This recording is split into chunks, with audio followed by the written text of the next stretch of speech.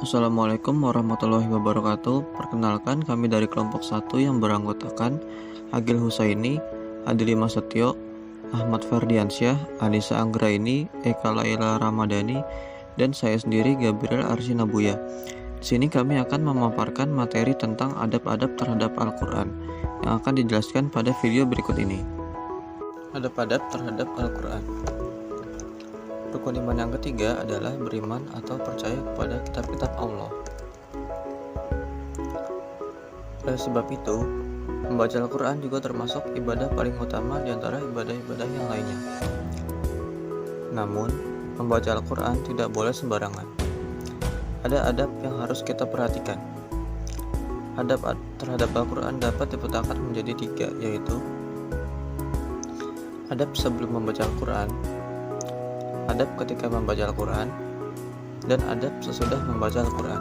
Pun syarat-syarat membaca Al-Quran yang harus dipenuhi antara lain: yang pertama, niat. Niat merupakan suatu dasar semua pengalaman, diterangkan dalam suatu hadis, yang artinya sebenarnya amal perbuatan tergantung pada niatnya. Sebenarnya tiap-tiap seseorang tergantung apa yang telah diniatkannya. Maka barang siapa yang hijrahnya kepada Allah dan kepada Rasulnya, maka barang siapa yang hijrahnya kepada dunia atau wanita yang hendak dikawininya, maka hijrahnya kepadanya. Hadis riwayat Muslim. Niat orang Islam lebih baik daripada amalnya, karena orang Islam di dalam niatnya terdapat iman dan ketetapan hati yang akan membenarkan terhadap niatnya melalui perilaku atau perbuatan. Amal yang diniatkan merupakan realisasi daripada isi atau materi niat. Apabila amal perbuatan sudah dilakukan, maka buah amal itu akan membawa akibat yang dapat menyinari terhadap hati orang yang beramal itu. Maka Rasulullah SAW bersabda yang artinya, tiap orang berbuat tergantung pada niatnya.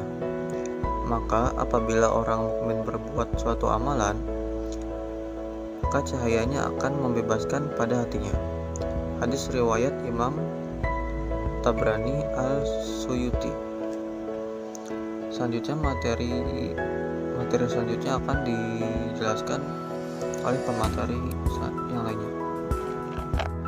Orang yang melakukan niat merupakan salah satu rukun daripadanya, karena wujudnya suatu niat dan suatu amal merupakan produk dari seseorang yang melakukan niat itu. Niat orang Islam lebih baik daripada amalnya, karena orang Islam di dalam niatnya terdapat iman dan ketetapan hati yang akan membenarkan terhadap niatnya melalui perilaku atau perbuatan.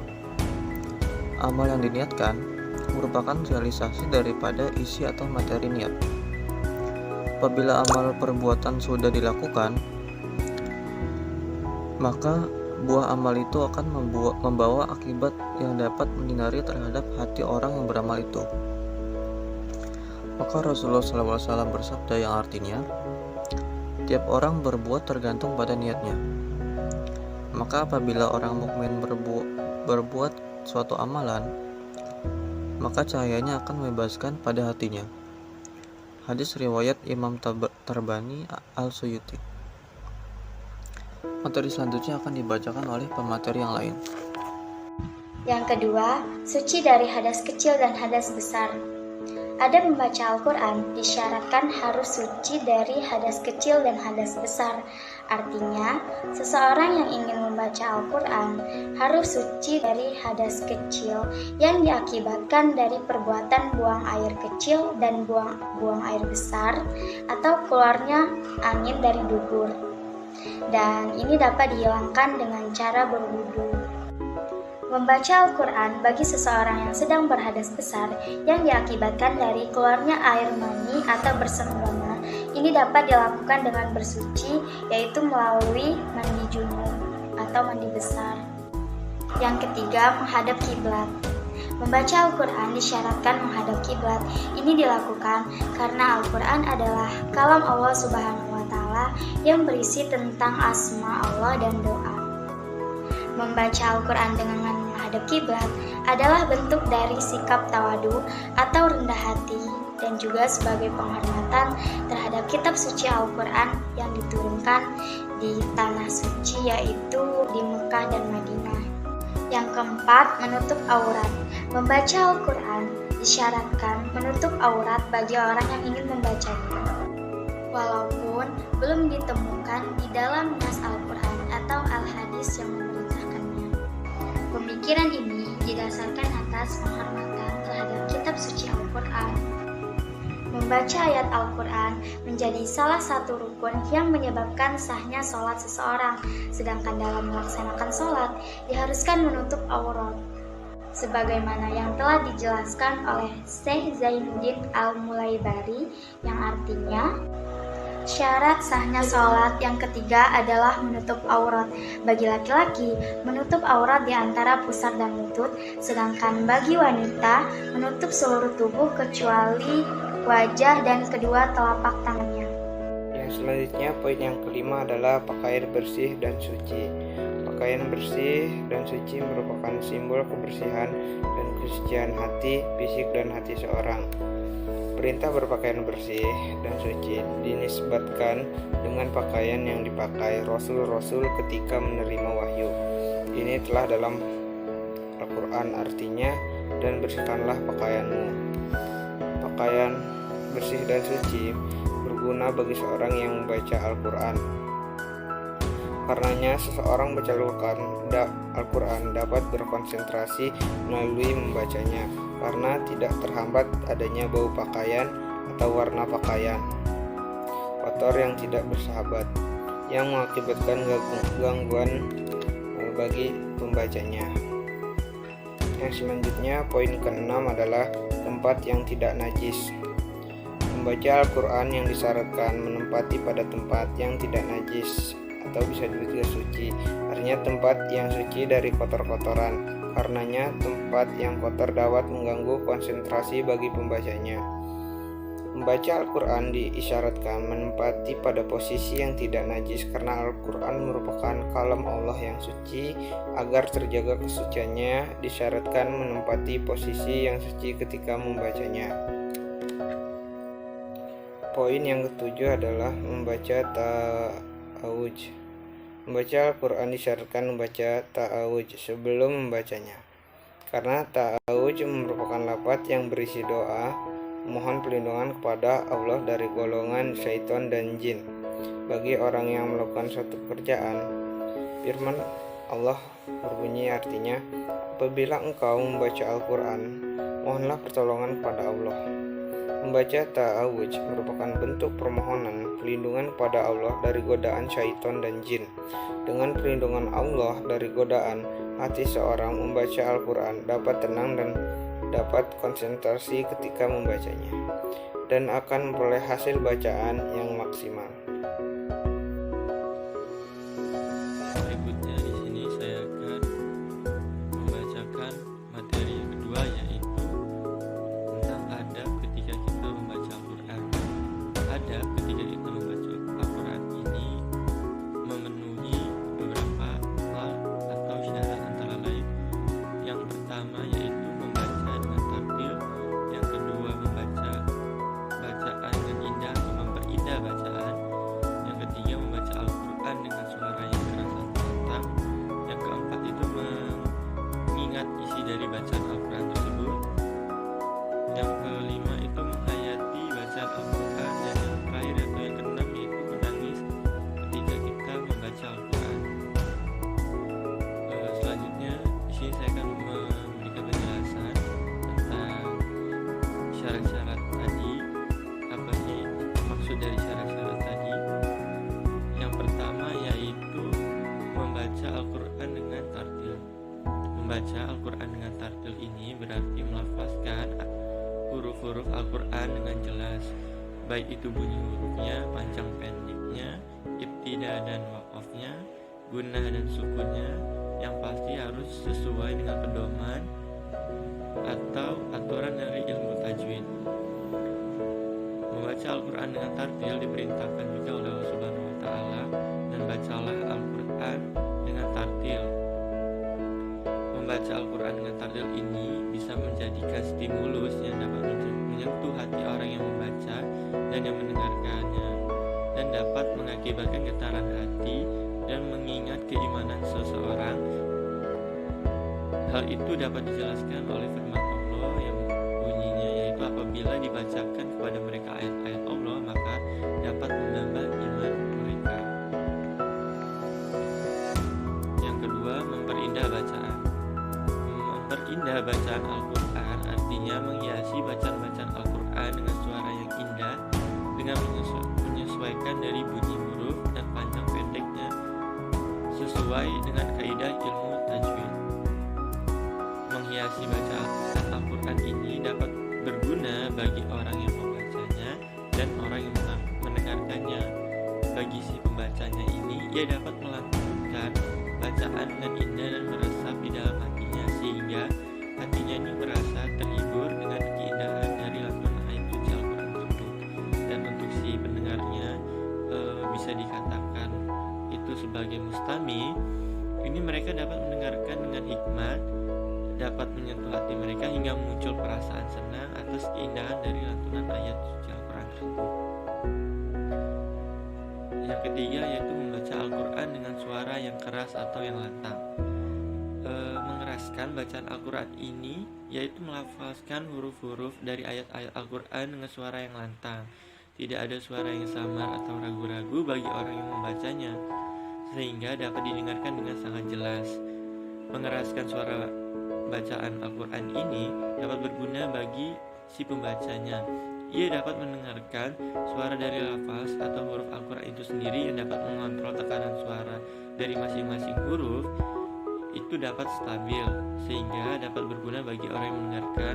Jadi mereka yang mendengarkan ini dengan jelas masing-masing huruf dibaca ini bisa dikontrol oleh bacaan itu dan dapat dimengerti secara mudah apa kandungan dari bacaan ayat Al-Quran itu secara pasti dan tidak ragu-ragu.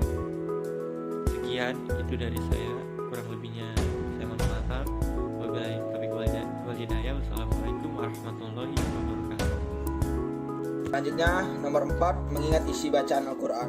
Yang dimaksud mengingat bacaan Al-Quran adalah ketika seorang membaca Al-Quran, keadaan mengingat isi bacaan yang terkandung di dalamnya. Isi kandungan bacaan itu meliputi akidah, akhlak, hukum, dan hikmah-hikmah serta nilai-nilai pendidikan yang ada di dalamnya. Mengingat isi bacaan Al-Quran dapat berguna bagi orang yang membacanya. Seseorang dapat mengingat lafaz, makna, dan kandungan yang berfungsi dengan nilai-nilai pendidikan. Selanjutnya nomor 5, menghayati bacaan Al-Quran. Menghayati bacaan Al-Quran artinya memperhatikan dengan mengkonsentrasikan pikiran pada bacaan itu ketika membacanya. Memperhatikan bacaan Al-Quran diperintahkan oleh Allah. Artinya, maka apakah mereka tidak memperhatikan Al-Quran kalau kiranya Al-Quran itu bukan dari sisi Allah?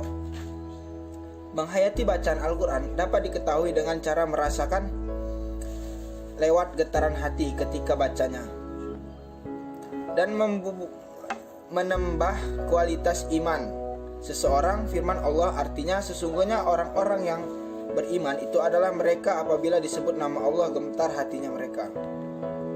Nomor 6, menangis ketika membaca Al-Quran. Menangis ketika mendengar bacaan Al-Quran dengan mencucurkan air mata akibat dari bacaan yang menyentuh jiwanya. Allah berfirman artinya, dan apabila mereka mendengarkan apa yang diturunkan kepada Rasul, kamu lihat mata mereka mencucurkan air mata. Menangis ketika mendengarkan disebabkan karena mengetahui kebenaran isi-isi kandungan Al-Quran. Setelah mereka ketahuinya, ini dapat berguna bagi orang yang mendengarkannya, yaitu dapat melenturkan hati yang dapat mengakibatkan kesadaran baru untuk berbuat kebaikan. Terima kasih. Selanjutnya akan saya serahkan pada kawan saya. Ketiga, adab sesudah membaca Al-Quran. Adab sesudah membaca Al-Quran. Setelah membaca Al-Quran, diperintahkan untuk mengamalkan isi kandungan Al-Quran, mencintai dan mengikuti Allah Subhanahu wa Ta'ala dan Rasul-Nya, dan mengambil pembelajarannya. Di antaranya yaitu yang pertama, berpegang teguh pada Al-Quran, mengamalkan isi kandungan Al-Quran, meneladani akhlak Rasul sesuai dengan Al-Quran, dan juga bermuhasabah. Yang pertama, berpegang teguh pada Al-Quran, Berpegang teguh pada Al-Quran maksudnya menjadikan Al-Quran sebagai dasar pemikiran, artinya merumuskan permasalahan dan pemecahannya didasari dengan nilai-nilai yang ada dalam nas Al-Quran. Berpegang teguh pada Al-Quran dengan cara bermuhasabah, yaitu meneliti ulang dalam perilaku kehidupan sehari-hari, sudah sesuai dengan nilai-nilai nas Al-Quran atau belum. Kalau perilaku sudah sesuai dengan nilai-nilai yang ada di dalamnya, maka ini perlu diperhatikan dan ditingkatkan pada tahap yang lebih baik. Akan tetapi, kalau perilaku seseorang belum sesuai dengan nilai-nilai Al-Quran, maka dikaji ulang, dicari penyebabnya, dan diupayakan memperbaikinya agar sesuai dengan nilai-nilai nas Al-Quran. Berpegang teguh pada Al-Quran dapat memperkuat jiwa seseorang menjadi kokoh dan tekun dalam menjalankan perintah dan menjauhi larangan yang ada di dalam nilai-nilai Al-Quran. Yang kedua, mengamalkan isi kandungan Al-Quran.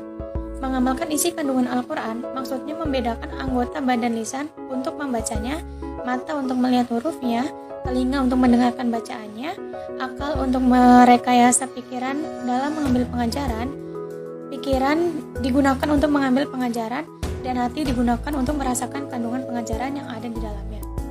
Mengamalkan isi kandungan Al-Quran dapat memupuk keimanan seseorang yang lebih baik. Seseorang dapat mempraktikkan dalam kehidupan sehari-hari. Ini dapat menghiasi kehidupan dengan nilai-nilai Al-Quran, sehingga hidupnya nampak hidup sesuai nilai-nilai Al-Quran. Mencintai Allah dan Rasulnya maksudnya adalah adanya perasaan yang cenderung mentaati perintah Allah yang tercantum dalam Al-Quran dan perintah Rasul yang tercantum dalam Al-Hadis. Mencintai Allah dan Rasulnya diperintahkan oleh Allah, artinya katakanlah, jika engkau mencintai Allah, maka ikutilah aku. Mencintai Allah dan Rasulnya dapat menambah keimanan seseorang dalam berpegang pada ajaran yang terkandung di dalamnya. Mencintai Allah dan Rasulnya dapat meningkatkan kecintaan mengamalkan ajaran yang ada di dalamnya. Quran Surat Ali Imran ayat 31. Yang ketiga, meneladani akhlak Rasul sesuai dengan Al-Quran. Meneladani akhlak Rasul dengan cara mencontoh terhadap perilaku Rasul dari segi perkataan dan sikap terhadap Allah dan sesama manusia dalam kehidupan sehari-hari. Meneladani akhlak Rasul Shallallahu Alaihi Wasallam dalam kehidupan sehari-hari meliputi tata cara berbicara, sikap hidup terhadap Allah dan terhadap orang lain. Yang keempat ialah muhasabah. Muhasabah artinya merenungkan diri dari amalan-amalan yang telah lalu dengan cara mengangan-angan dengan pikiran dan perasaan untuk memikirkan diri, merasakan perilaku ketika dilakukan suatu amalan tertentu. Muhasabah dapat mengingatkan pembaca Al-Quran mengenai kebenaran, kesalahan, bacaan yang telah dilakukan. Apabila bacaannya sudah benar, perlu dibenarkan, dan apabila terdapat kekeliruan bacaannya, dapat dibetulkan pada waktu berikutnya. Terima kasih, saya kembalikan kepada moderator. Assalamualaikum warahmatullahi wabarakatuh.